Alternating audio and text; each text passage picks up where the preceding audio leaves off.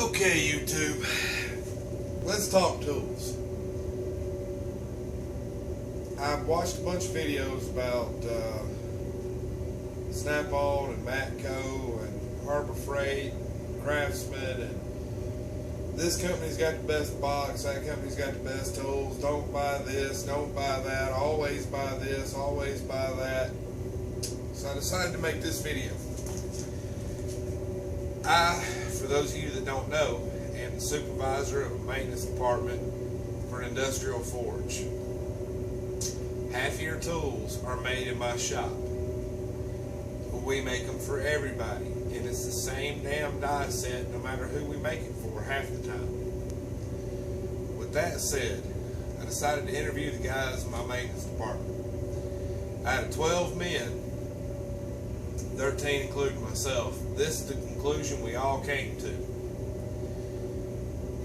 We run from one end of our shop to the other and put in about 10 to 15 miles a day doing PMs and emergency maintenance and die work and shit like that.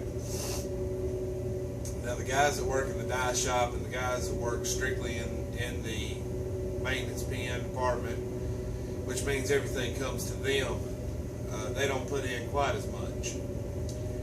But we all agreed on one thing. Get a toolbox. A good toolbox. Doesn't matter the name brand. Make sure the casters are good on it. Make sure the metal is a decent gauge. And go with it. My guys that do a lot of traveling with their boxes, for the most part, they all have Snap-on boxes. They all have Harbor Freight boxes in the maintenance shop. But out on the floor, their service carts, their tool cart, every one of them have Snap-on. And every one of them swear it has to do with the caster setup and the way the frame is made. They seem to last longer. The guys inside the shop will all tell you they don't move their boxes around. They don't worry about it. Now I do have one guy, God love him, somebody's got to. He's crazy, but he's damn good at what he does. He uses a Harbor Freight box, but the casters, he went out and bought them. He bought steel and he reinforced the caster mounts. He's modified the lock system to make it what he wants. He basically built his own box, is what he did. When it comes to the tools inside, everybody has the same opinion. We all have a little bit of everything, except when it comes to specialty tools. All the pullers, all the pressure testers, all that shit. Bearing presses, all that stuff is high-end, high-quality stuff. Our calipers, I buy calipers 20 at a time, and I pass them out about every month, 2 months, something like that. I pass out new calipers.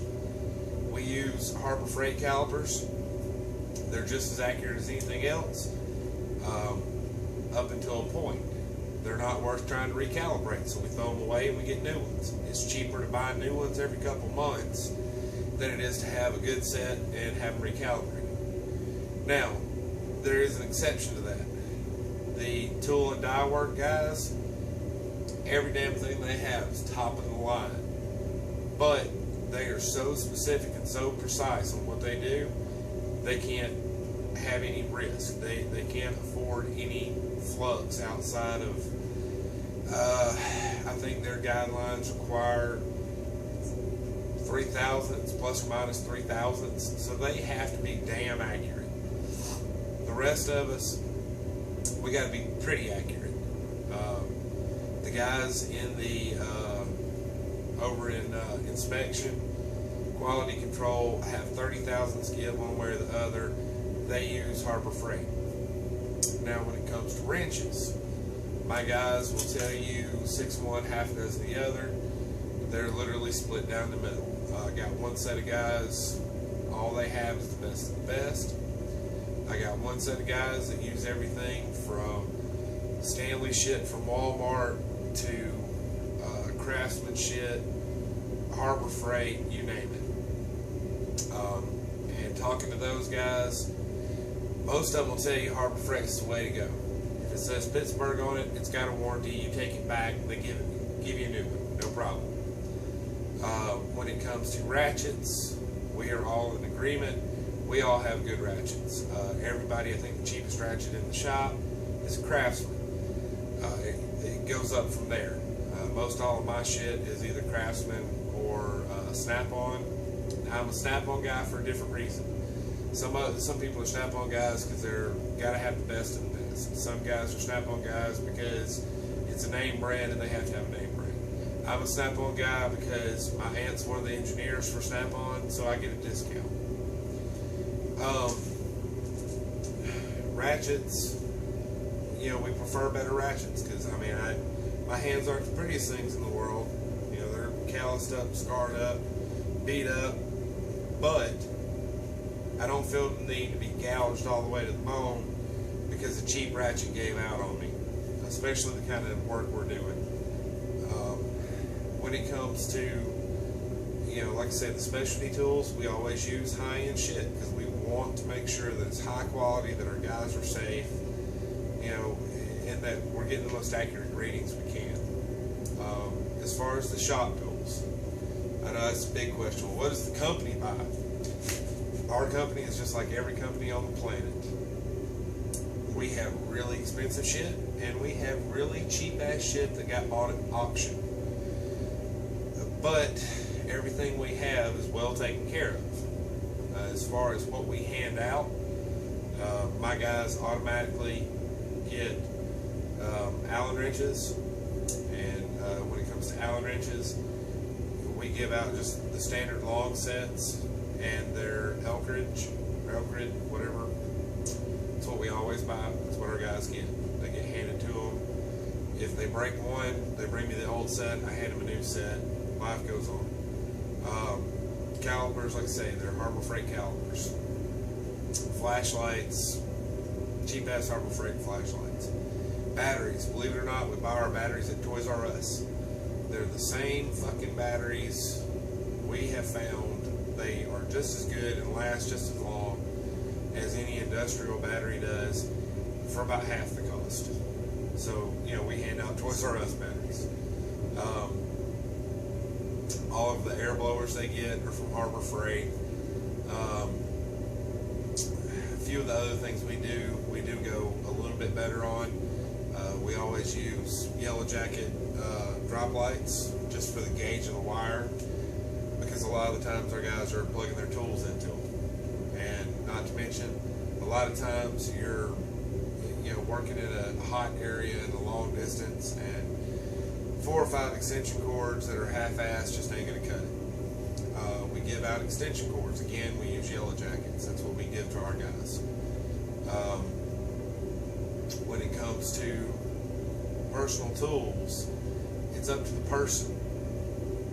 I'll be honest with you, I worked in a shop not too long ago. Well, it's been a while back, actually, about 3 years ago.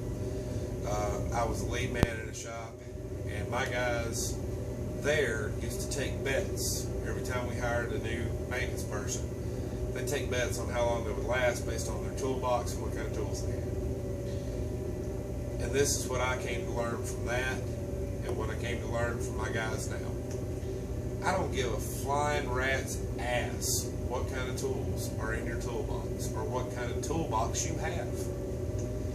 I give a damn that you are smart enough to do the job, you've got the skill level to pull it off, and that you don't need me over your shoulder pointing on how to do things.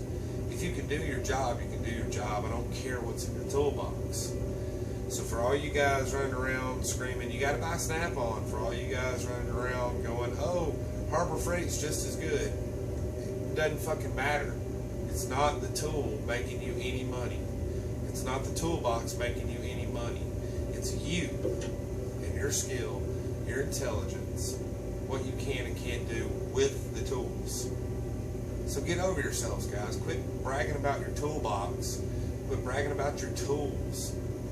Quit worrying about who's got the better what. Take some classes. Go do some skill courses.